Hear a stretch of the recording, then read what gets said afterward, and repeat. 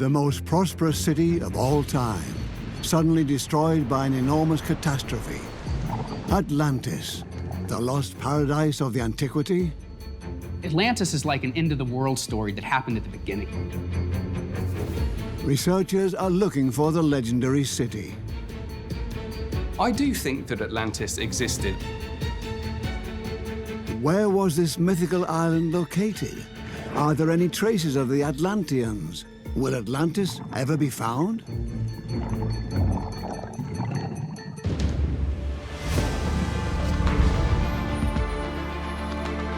The great myths of mankind. Mysteries passed on over thousands of years. Inexplicable events, places shrouded in legend, and superhuman heroes. Even scientists are fascinated. Is there any truth to these ancient legends? Researchers across the globe are working hard to solve the greatest mysteries of our time.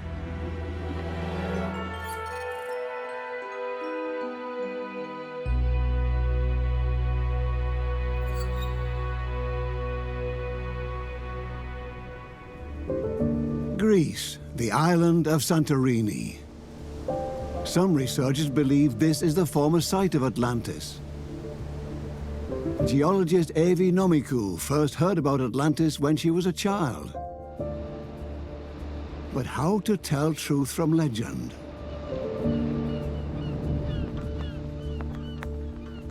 When I was a child, the grandfathers always telling us stories about the myth of Atlantis. They told us about a brilliant city that was decorated with high buildings, and all the people were very rich. And that city was just in the middle of a volcano.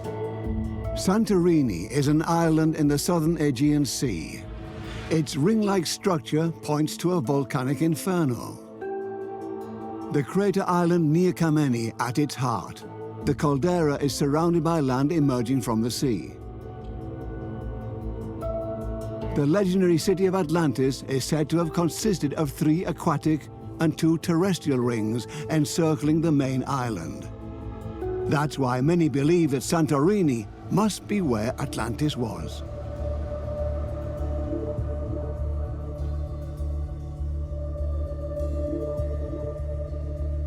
Could Atlantis be buried underneath the rugged volcanic landscape?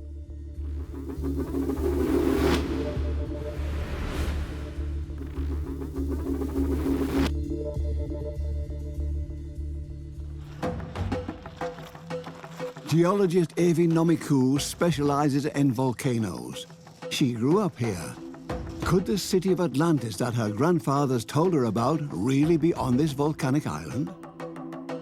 Before 3,600 years, at this place, there was a small island with the same geometry, with the same composition, lava composition, and at the top of this volcano, a city was built on.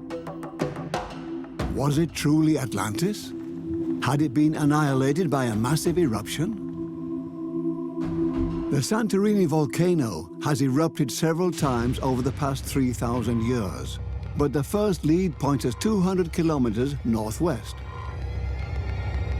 To Athens. In 360 BC, philosopher Plato describes Atlantis as a splendid island nation which had ruled over the entire Mediterranean region 9,000 years earlier, with a commanding fleet, untold wealth, and unparalleled power.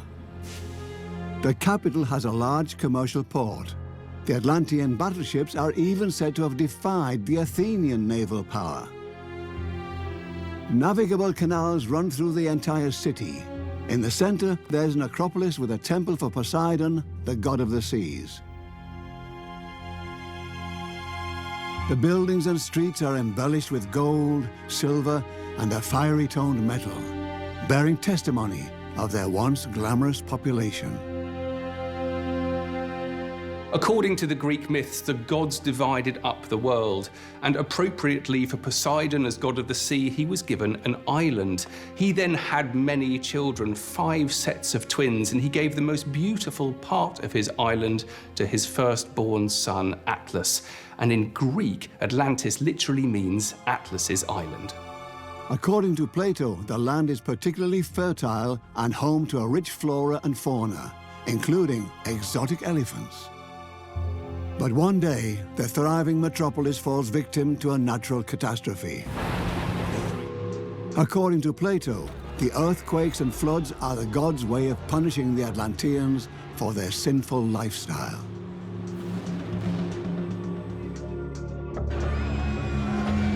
The myth of Atlantis is important to us today because it's the story of a once highly developed culture which was lost, which has utterly disappeared. It's a story of hubris, it's a story of punishment, and in the modern world in which we think we know so much, we celebrate our achievements, well, it serves as a pretty powerful warning. But is Atlantis completely buried? Or can we still find traces of the legendary city today?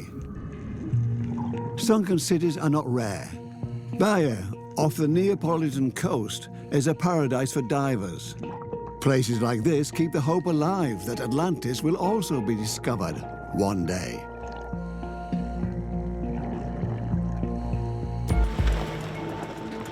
The extent of the volcano's destruction is visible on Santorini to this day. The volcanic sediments reach high into the sky in this former quarry. A 30-meter layer of pumice has buried all traces of life. So we are at the central part of Santorini volcano in an old quarry. For us, it's a geological monument, and you can admire the soil, the landscape before the Minoan eruption. So you need to imagine that the people were walking on this landscape.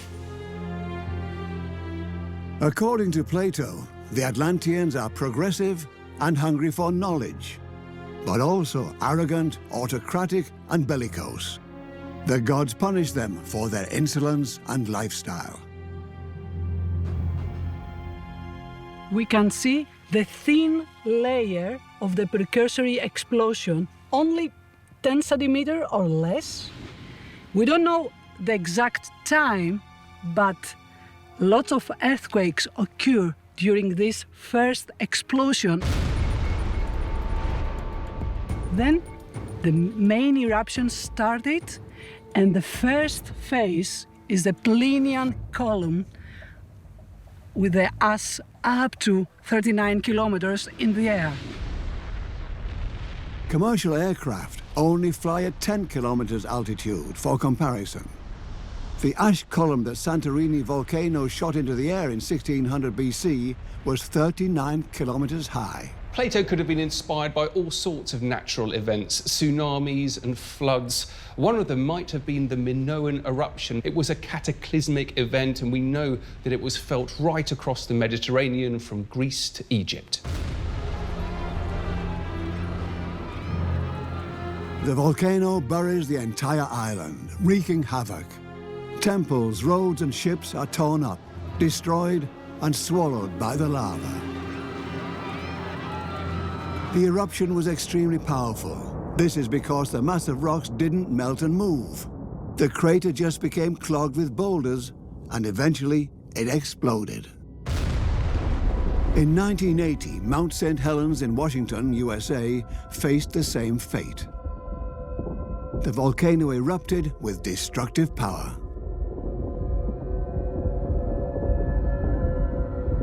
Was Atlantis wiped out by a volcanic catastrophe? One thing we know for sure is that the legend of pride and fall has impressed generations worldwide. The myth of Atlantis enthralls many. Pondering about what the legendary empire might have looked like has led to countless books, films, and computer games. Many people are not only looking for the location, but also to experience the superhuman force that Atlantis is said to emit.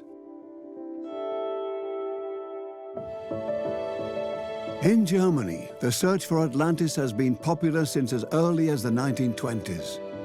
In Bremen, an entire new building was dedicated to exploring the past.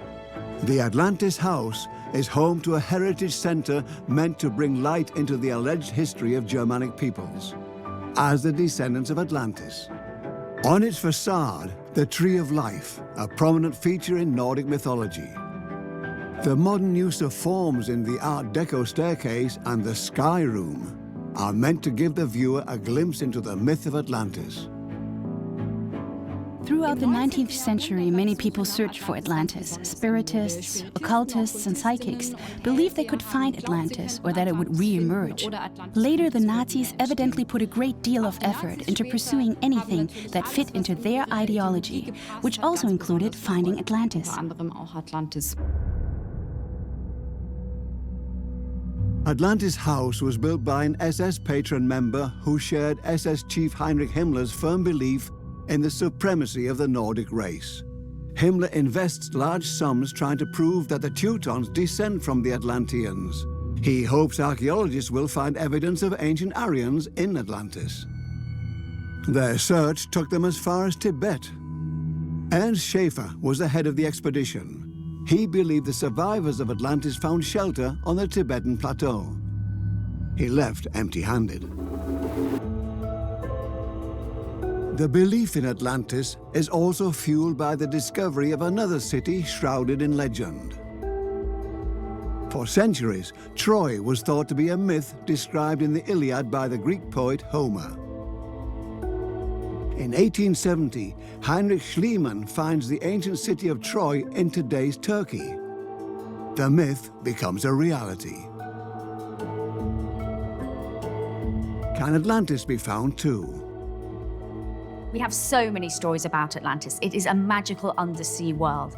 And if you were the archaeologist to discover that, like the discovery of Troy, you would go down in history. US researcher Richard Freund is convinced that he'll be able to unearth Atlantis. He's an expert on the archaeology of mythical cities and firmly believes that Atlantis did exist. He is basing his search on descriptions by Greek philosopher Plato. But Richard Freund isn't looking in Greece. He's got his eyes set on southern Spain, not far from the Straits of Gibraltar.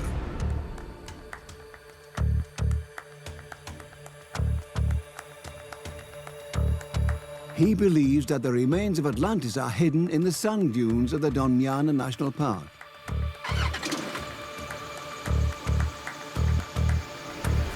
We are at ground zero for Atlantis. Freund has a theory. He believes that the stretches of land now covered in sand were once a thriving island state, until Atlantis was destroyed by a devastating tsunami. Plato says in one fateful night, the entire city sunk and was located in an impassable mud and disappeared. Meaning it's not something that happened over a long period of time. He's talking about a cataclysmic, catastrophic end to the city. To Freund, it's just a matter of time until he finds the first piece of evidence here in southern Spain.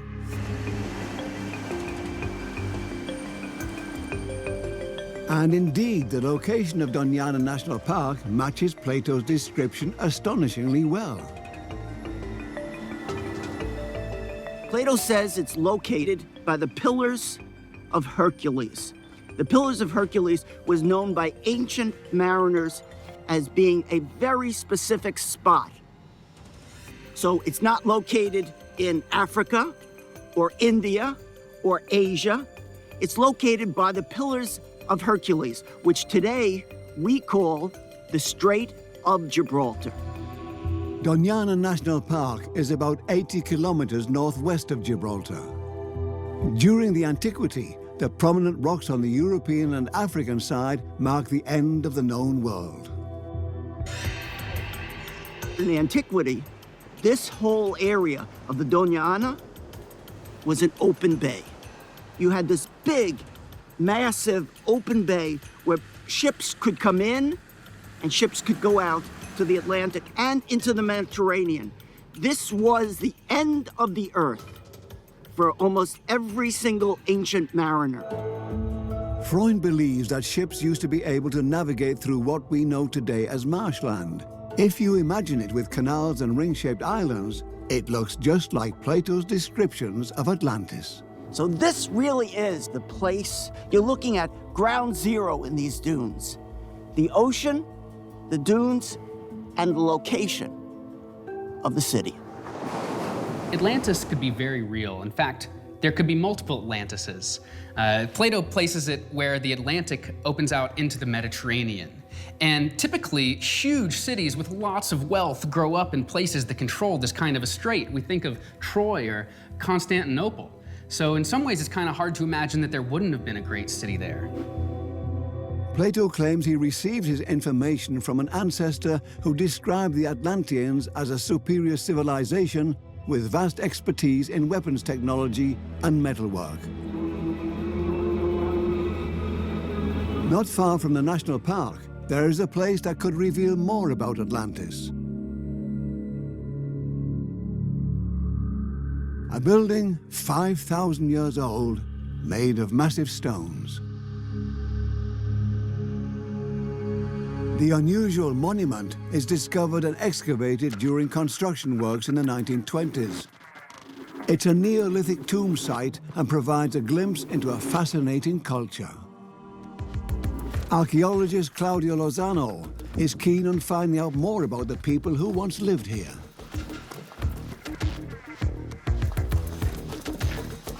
The finds from the dolmen bring up many questions. In the stone, there are engravings and incisions. Could these maybe be star maps like the ones used by seafarers? How the weapons were depicted, which were most likely made of metal, is even more intriguing. What makes this dolmen special is that most of the stone pillars were decorated with pictograms. And here we see they depict weapons, metal weapons.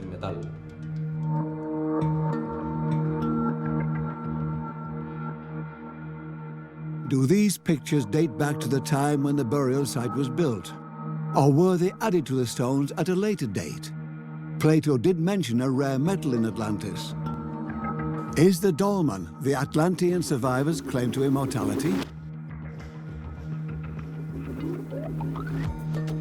The dolmen is proof of a highly functional and progressive settlement in southern Spain dating back more than 5,000 years. Early civilizations almost exclusively settled near water. Archaeological finds are particularly common along coastlines and rivers. Water is the source of life. Humans need water to drink, they need water to cook, to farm, and water also provides transport. It's why water really is the cradle of civilization, and most successful civilizations sprang up near sources of water. To find traces of ancient civilizations, you have to know where rivers used to run.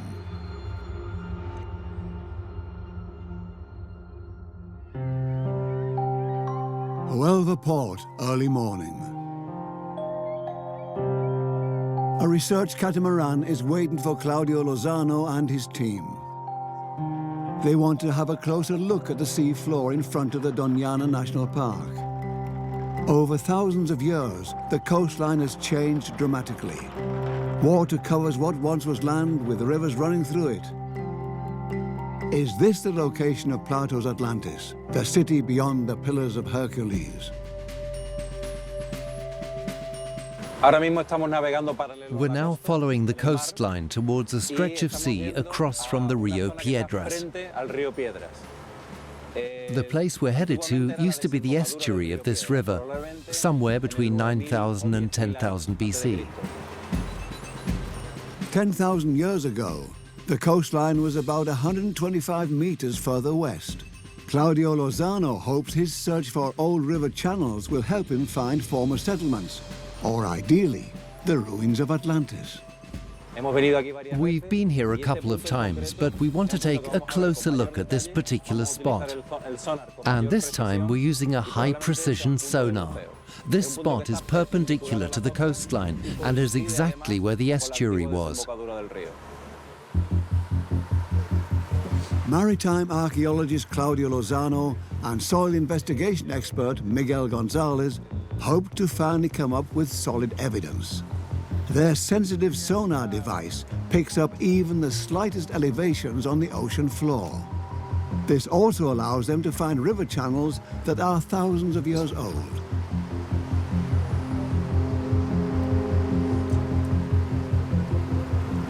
This is where we choose the frequency.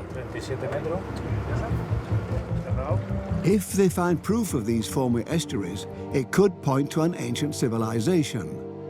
Advanced civilizations like Atlantis always built their cities close to water. This broad perspective on the sea floor shows us exactly what it looks like and where there are shapes pointing to a former estuary. This case is a perfect example. It's obvious that this used to be a riverbed. Now it's covered by ocean floor. It's filled with sediments, but the sonar allows us to detect the riverbed below the ocean floor. Examining these riverbeds is key. Getting closer to the riverbeds means we're getting closer to where people built their settlements.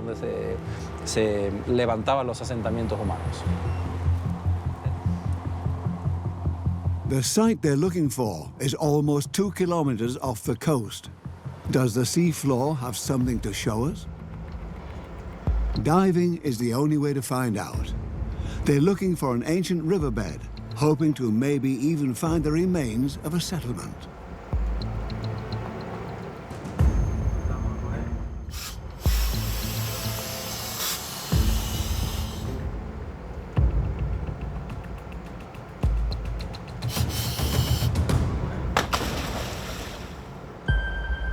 The researchers look for geological clues.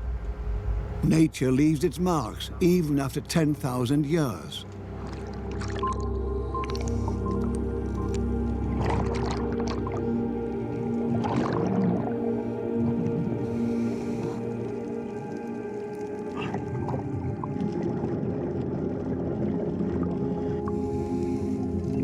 The divers find pebbles on the ocean floor that were clearly brought there by rivers, showing that this floor wasn't always covered by the sea.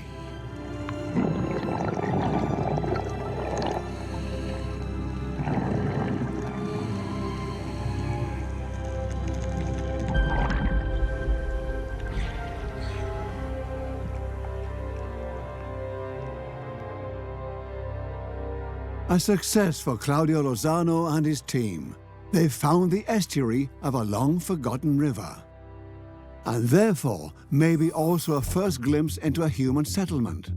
But they're still a long way from finding actual proof that Atlantis existed in southern Spain. The searchers won't give up. Richard Freund's hypothesis that Atlantis was a powerful harbor city near Gibraltar remains one of several possibilities.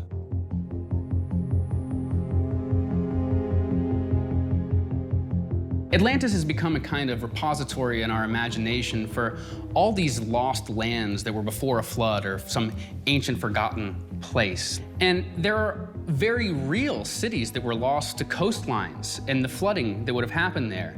It's possible that Atlantis is a kind of combination of real lost places and some mythical notion of a time before time.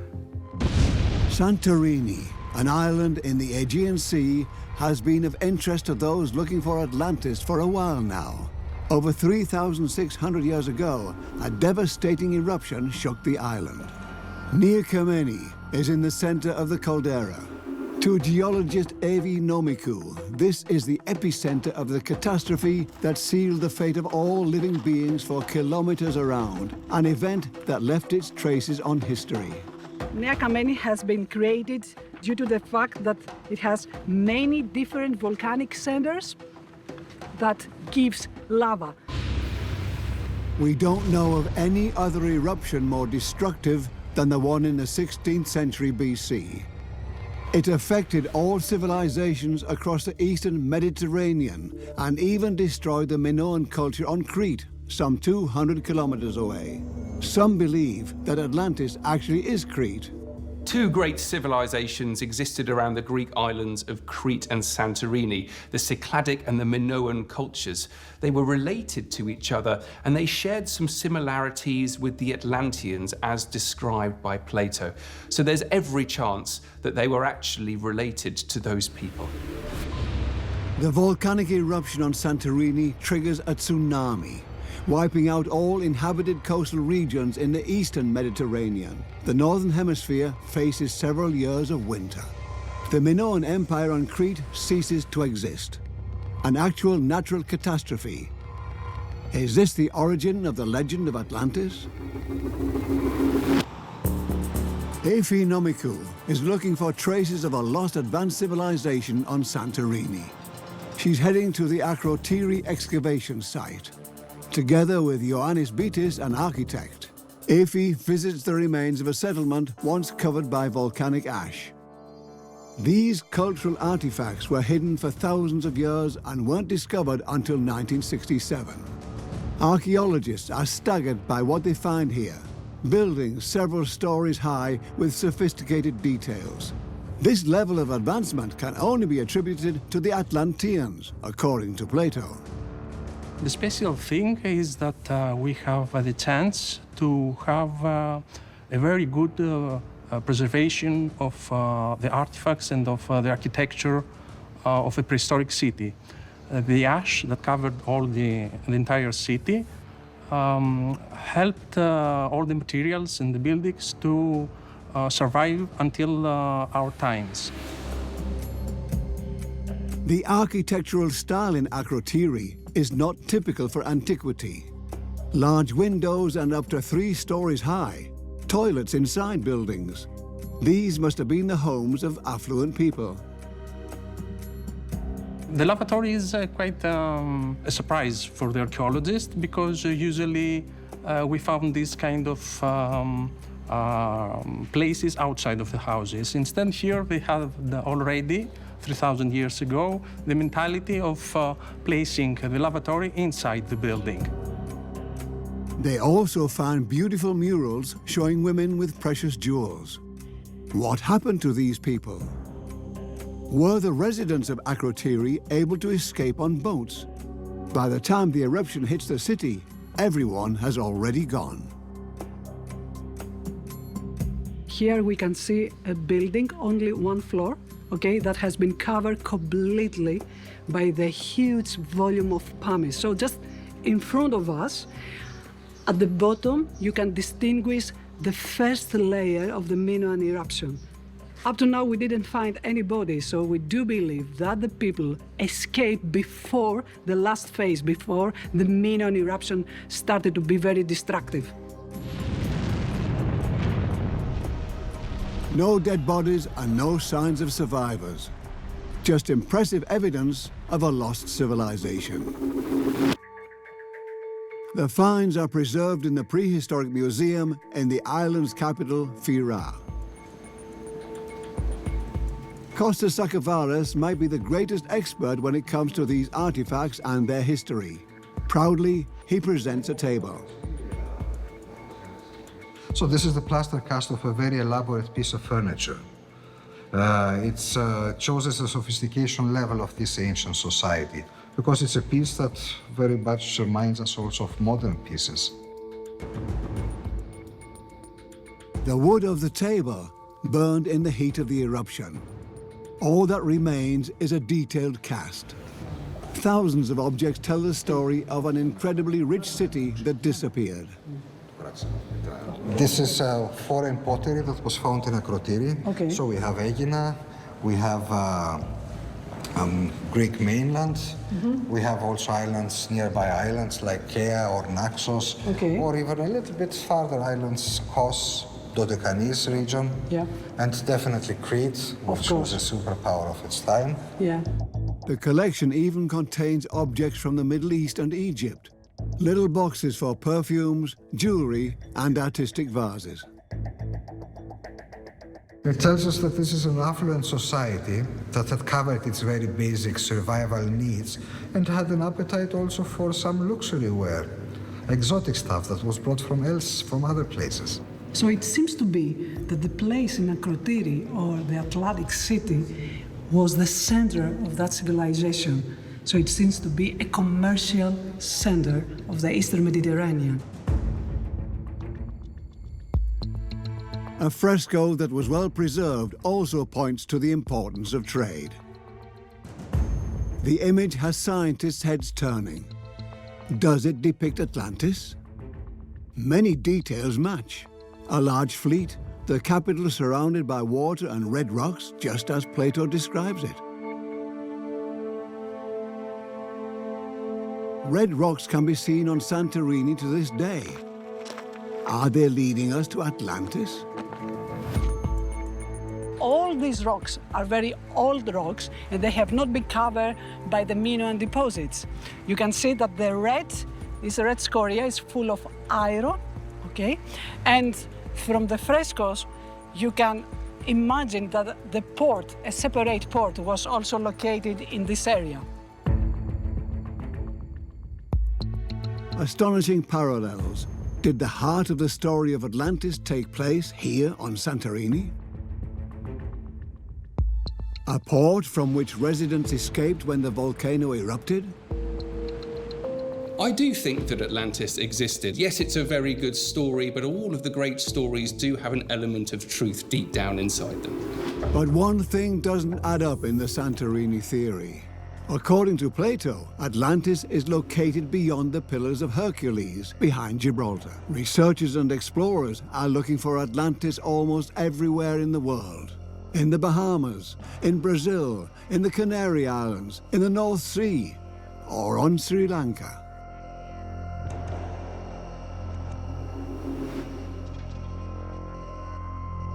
Central America is among the top candidates. The founding myth of the Aztecs is said to contain clues. It refers to a mythical place called Aztlan, and it's not just a name that bears a striking resemblance to Atlantis. Aztlan is also said to have been located on an island. In the 14th century, the Aztecs built their huge capital Tenochtitlan in a lake in Mexico. Are they reminiscing about their sunken hometown of Atlantis? But how would Greek philosopher Plato have come to hear about a story from Central America almost 2,000 years before Columbus? One of the reasons why Atlantis is so curious and fascinating has to do with the way it may or may not play into ancient civilizations. And if it does play a role, it's probably as this seafaring culture that's extended across a kind of nodal network. The other thing about Atlantis is that it represents a time before the flood, just like Eden. So it's kind of this mythic memory of an ancient past. Michael Ertl thinks he knows where Atlantis is located. On his YouTube channel, he spends his time investigating great myths. Ertl believes Atlantis was discovered a long time ago in a place that's now far away from the sea. Hello and welcome to a new episode on my YouTube channel. Today we're looking into the theory of Atlantis and whether this city really existed. Or is it just a legend? Well, today we're going to get to the bottom of this question. It's been investigated many times, and some believe this ancient civilization was based in Santorini or somewhere along the Spanish coast. But today we want to talk about a structure that was first discovered in 1965 during the Gemini 4 mission. It can only really be seen from space and is located in Western Africa. It is called the Eye of the Sahara, or the Richard structure. There's a rock formation in Mauritania in Western Africa that really looks like an eye, or like the island city of Atlantis. In the beginning, experts believed this structure was a crater from a meteor, but nothing points to an impact. Michael Ertl sees another parallel to Atlantis. In his works, Plato writes that Atlantis consisted of 3 rings of water and 2 rings of land, and we can actually see this here, the central island, the first and second rings of land, separated by rings of water. So in total there are 3 aquatic rings and 2 terrestrial rings. But of course, we're still left wondering whether this is a natural structure or one that is man-made. An island city without any water? But this area wasn't always a desert. In the last ice age, there were rivers and freshwater lakes in northern Africa. Ertl shows us footage from an expedition to the eye of the Sahara. If you're standing inside the rings, they look like mountain ranges. Only once you're far away, are you able to imagine this area was once inhabited. An important discovery, a well. To this day, caravans take a break in the eye of the Sahara to fill up on their water supply. Could a well like this also have been the Atlanteans' freshwater source? And how is it possible that this structure in the Sahara points to the home of a once great naval power? Michael Uttle subscribes to the theory that the sea level was much higher 10,000 years ago and only dropped after the last ice age. Simulating the sea level over time, Uttle notices something. If you raise the sea level to 425 meters, you can see clearly that this structure, as Plato described, has a natural opening in the south, so boats could go in and out. Atlantis in the Sahara? Geologists debunk the theory. The ring-shaped mountains were caused by volcanic forces. They were not man-made.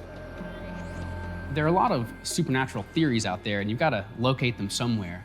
Atlantis serves as a kind of blank screen onto which we can project these ideas, these stories of fallen civilizations, aliens, you name it. Atlantis fuels people's imagination and ambition. If someone were to find Plato's city, they would be famous around the world. Dieter Bremer is captivated by a completely new theory. If you read Plato's original text correctly, he says you shouldn't look for Atlantis on Earth. Well, I would look for Atlantis where Plato said it was. One often wonders, what is the Atlantean Sea? It reminds me of the Titan Atlas, who carried the sky. So, following this logic, the Atlantean Sea could also be considered the Celestial Sea. The former chemical engineer is looking for Atlantis from the perspective of technology. He believes that the Atlanteans were far more progressive than any other ancient civilization, literally supernatural.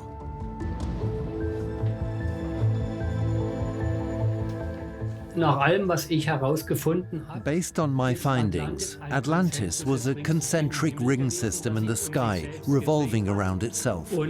This means it was a generational spacecraft, a mothership, a huge space station that was home to a civilization. And these people visited Earth, astronauts that were so technologically advanced that they must have seemed like gods to the Stone Age humans on Earth.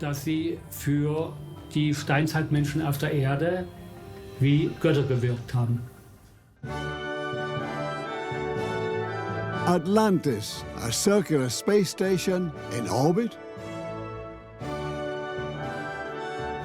Bremer's hypothesis builds on the idea of ancient astronauts, which was made famous by writer Erich von Däniken. According to this theory, there were astronaut gods who gave knowledge and technology to humanity, namely in the form of crystal energy. Some believe that this also explains the Egyptian pyramids and hieroglyphs. The theory involving ancient astronauts is popular among esoterics. This is where Atlantis fits in. These people claim that Atlantis, just like the pyramids or the Nazca lines, has been created by extraterrestrials because they simply cannot fathom that ancient people were able to create such advanced things. Dieter Bremer thinks he's found evidence corroborating his theory in various ancient civilizations. Are they depicting space stations? I can see elements of Atlantis in many concentric ring systems or systems consisting of a ring and a cross. You can find similar traditions everywhere in the world. Atlantis in space? We likely won't find any artifacts out there. A critical interpretation of Plato's text could also be worthwhile. Is the author even trying to describe a real place? He's writing about a war between Atlantis and Athens. Plato creates Atlantis as the arrogant, overconfident monarchy which threatens the survival of his ideal state, represented by ancient Athens. It's an allegory which contrasts the arrogance and overbearing state of the monarchy with the ideal nation-state, democracy, as described by Plato. In a way, Plato's asking us to think about our ideas about power and government. That means Atlantis is only an allegory used to illustrate the victory of democracy over monarchy.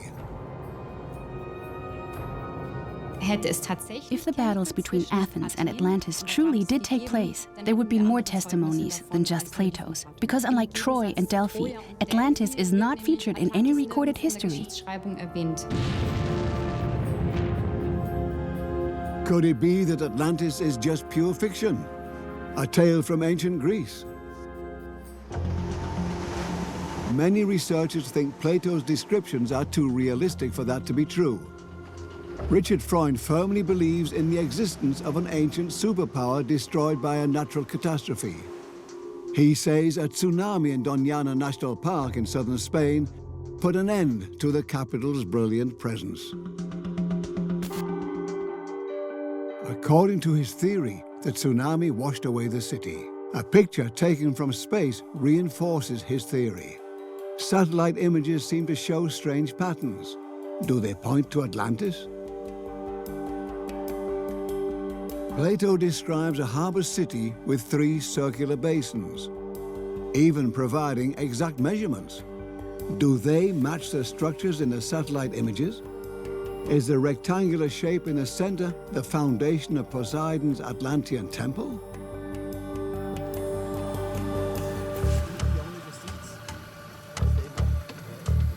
A local inspection in the mostly uninhabited Doñana National Park.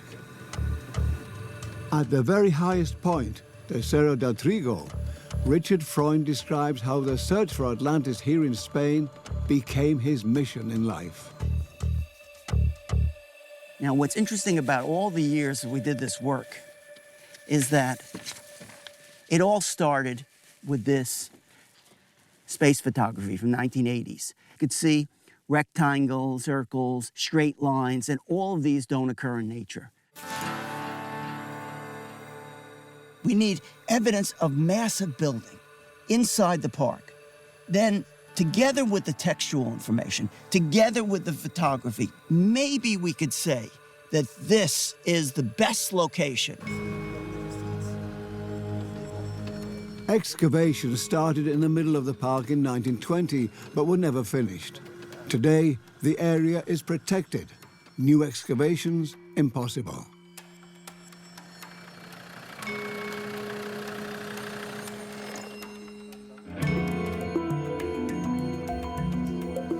The site looks just as archaeologists left it 100 years ago. Richard Freund and his son Ethan are looking for clues.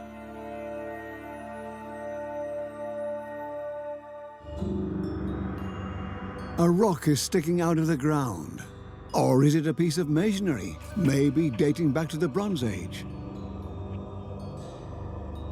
It would be the first real piece of evidence Richard Freund can use to support his Atlantis theory. Will years of work finally pay off?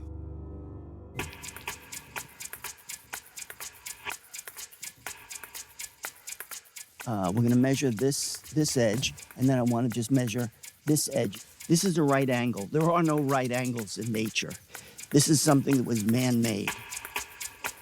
5 meters long, almost a perfect right angle. Freund hopes to have found the outer walls of a large building. So we have one clear section of the wall. What's very specific about this is this stone looks like it's been cut.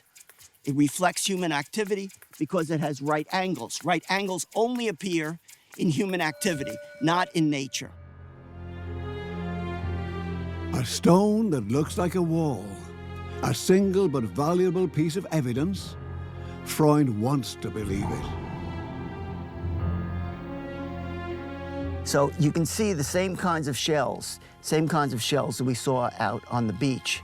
And they're embedded in this marl that's attached to the rock, which is not indigenous to this area. So this was all brought in, and you can see that it's all part of a massive rock that, with the marl on top, that was embedded in the earth right here. Atlantis buried beneath the Spanish swamp. To Freund, this is more than a theory. This is the last piece of the puzzle. You look at that and you say to yourself, what is it? Well, sometimes big things come in small packages. And this is a massive wall that is embedded in the sand. It's unlike anything else. And for all intents and purposes, there should be no major stone like that in this entire area. And yet it's there. Spain or Santorini? Avi Nomiku is able to provide solid evidence of a big city on the island during antiquity, and that a volcanic explosion destroyed everything. Using a glove, she demonstrates how the explosion went down. So imagine that this is the magmatic chamber of Santorini. It's full of magma, and it's beneath Santorini volcano. So what we are going to do, we will show how the Atlantis disappeared. Hundreds of meters underneath the surface, the pressure inside the magma chamber continues to rise. This is Atlantis, just at the top of the volcanic cone of the Pre-Kameni Island.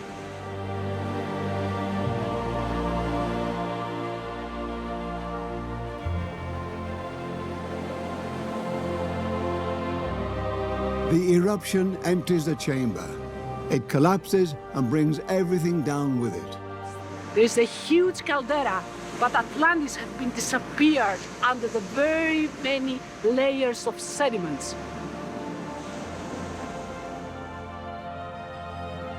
Is the ancient city on Santorini really Atlantis? The evidence is still too scant.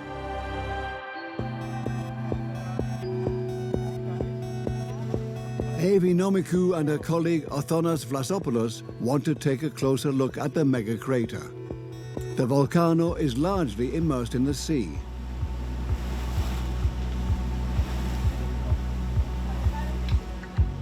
So this is a small robot.